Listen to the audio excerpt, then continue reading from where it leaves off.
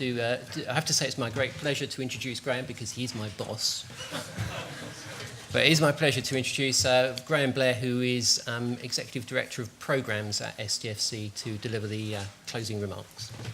Thank you, Andrew. So, as Andrew said, I'm Executive Director of Programmes at SDFC, so I'm the one who's paying all your checks at the moment, and also the checks of your supervisors and the people running the experiments. So you can't blame me for the lack of funding, but we're doing our best. But we're trying to transmit it to you as best we can. I've had a very interesting day, and this is the second of one of these that we've run. And I think I didn't make the first one, but I was made sure I came to the second one to make it understand what is being transmitted. And I'm very, very impressed, I must say. I think the speakers have done a fantastic job in being extremely honest. I think extremely honest, open, and forthright, and open to your comments. And I've noticed that you've all interacted very positively with them too, and got a lot out of it. So I think we should start by giving everyone a round of applause who's put all that effort into preparing their talks for us today.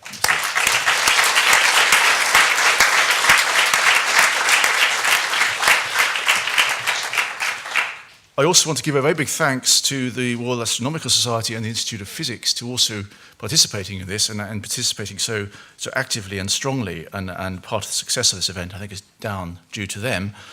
I also want to thank very much Andrew and Claire and Elaine at the back, who've done so much to get this event to work. And in fact, this event I think was Andrew's initial idea a year or two ago, and so we have to thank him for that as well. Let's do that.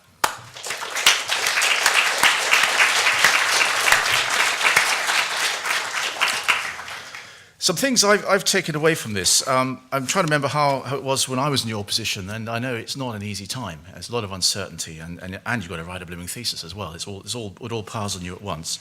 But I think something that you need to take away is that you are already at the top of your game. You wouldn't be sitting here otherwise. You've done extremely well in your undergraduate world. You're very articulate, intelligent, and numerate, and also developing those other skills that you need. You're working in big collaborations often.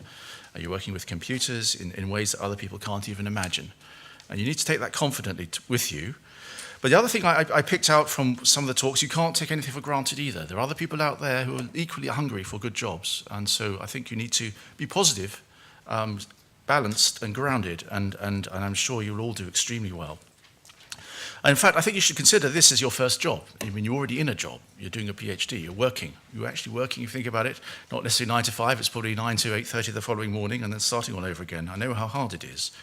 You know how to work hard, and you're doing well. And I think you just take that with you. And you're in a business as well. Academia is itself a business. Don't forget that. People, all your supervisors and the professors and all the rest of it are applying for money the whole time. They're in a business, and you're part of that business. And what you might do is move to another business. You're still in a similar environment. You saw in John Butterworth's talk up on the screen. You saw me at the age of 20-something, doing a rather thankless task of wiring 24,000 wires into a chamber. That was as a postdoc. And I'd come from a theoretical physics PhD. I did theoretical particle physics, string theory no less. Then I went to the US and then did experimental particle physics. And then that took me to Oxford back there, as you saw, to wire a chamber and did some physics with that. And then I progressed and then actually set up an accelerator physics institute. So I've also, even within my own fields, have taken quite a long journey and a broad journey. And many of you will do that as well. I think the other aspect I would like to bring out is that we're not trying to say don't do academia at all. I think some of you will and will thrive in it. What I'm trying to get across to you also is that there are many more areas out there that you should be interested in.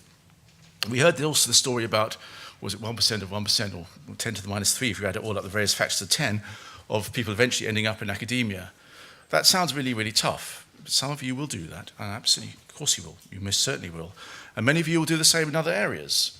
And if you look at other areas, you'll have a similar pyramid going up to the top. So don't think, it's not just academia. Everybody out there is on their own particular pyramid working hard to get to the top. You're just part of a broader landscape that's developing. Now, when you saw me wiring that chamber, the internet had not yet fully developed. Emails were a new thing. Okay, we had to queue up to use an old-fashioned terminal to be able to send an email, which some of us didn't even know how to do. PCs were not invented. Well, then just had been. I was using an IBM PC, one of the ancient, maybe you don't even know what that is. But that was one of the first PCs that came out I was using to wire that thing. And the world has changed completely since then. And I was a postdoc then, you're graduate students. Imagine how it's going to change for you. You have to be ready for that, and you are ready for it. You've got the skills that you need, you've got the numeracy and the flexibility, and that's something you're going to need ever more. Something that, a trend that is we can see already happening very, very strongly is the move towards high-performance computing, data-intensive science. Computational chemistry, for instance. The first thing companies such as Unilever would do in the past would be to go to the chemistry lab, try things out, and see what comes. Now they don't. The first step is to go to a computer, model it, model the chemistry, at micro level, model the chemistry, and then after several iterations, perhaps go to the lab and test it out. It will change again in your lifetimes. Now, in anticipation of this, and also part of this, we are part of a government initiative, well, at least we're trying to drive a government initiative in the area of data-intensive science.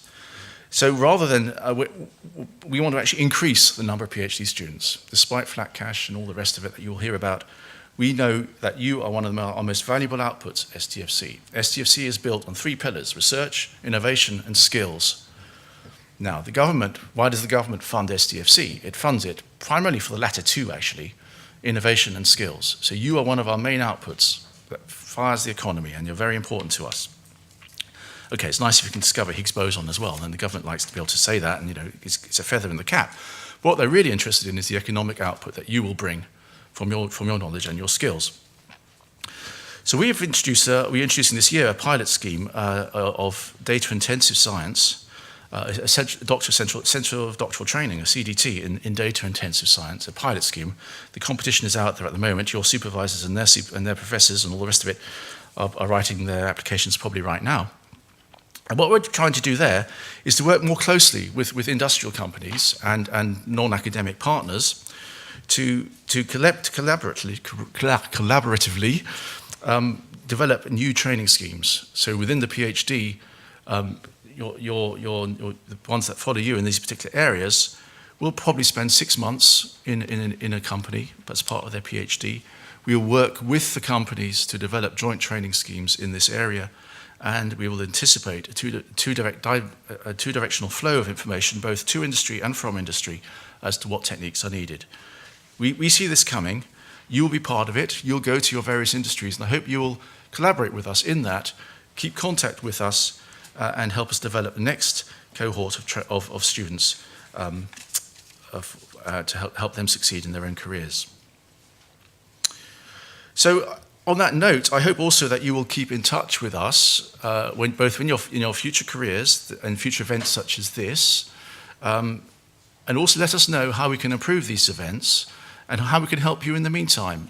We had very nice talks from our Institute of Physics colleagues and others about materials out there that can help you.